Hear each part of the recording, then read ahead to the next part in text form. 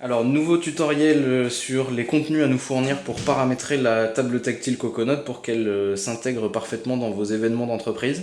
Je vais vous présenter l'application Show, qui est une application qui permet d'aller zoomer sur des points d'intérêt et de faire afficher des slides. Donc, elle se présente de cette forme-là.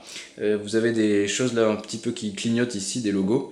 Et lorsqu'on va appuyer sur le logo, on va aller zoomer et afficher un contenu complémentaire. Donc là, le contenu, bon, c'est simplement une slide, hein, et par un jeu de zoom-dézoom, voilà, si je rappuie, je vais dézoomer, je reviens sur cet écran principal. Alors je vais la passer en plein écran, je vais vous montrer aussi deux options intéressantes. La première option intéressante, c'est de mettre en play automatique.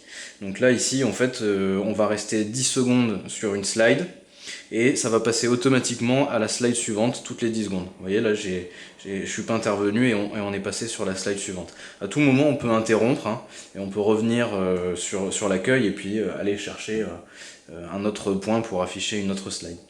Voilà, donc ça c'est une application très intéressante parce qu'elle a une bonne dynamique. À travers ce zoom des zooms là, elle crée de l'animation sur l'écran de la Coconut, elle attire beaucoup l'œil et elle permet de présenter comme ici des réalisations clients. Dernière fonctionnalité intéressante, je vais arrêter la lecture automatique, je vais sur une slide et ici j'ai simplement des boutons précédents suivants qui vont me permettre de naviguer, d'aller d'une slide à la suivante. Voilà, donc il y a le mode autoplay, le mode précédent suivant et puis le mode avec un tap je dézoome, avec un tap je rezoome. Donc petit rappel pour les fichiers à nous fournir, vous avez le fichier de fond d'écran qui doit avoir une bonne résolution puisqu'on va aller zoomer dessus, donc il ne faut pas trop qu'on voit, faut pas que ça pixelise, hein, donc on préconise une résolution de 4000 pixels par 4000 pixels. Vous avez ces petites icônes qui clignotent, qui indiquent que la zone est sélectionnable, hein, donc ça c'est des petites icônes en PNG, et puis lorsqu'on appuie sur l'icône, il faut nous fournir évidemment la slide que l'on va venir afficher.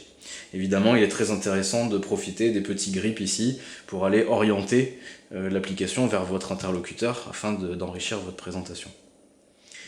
Voilà, je vous remercie de votre attention.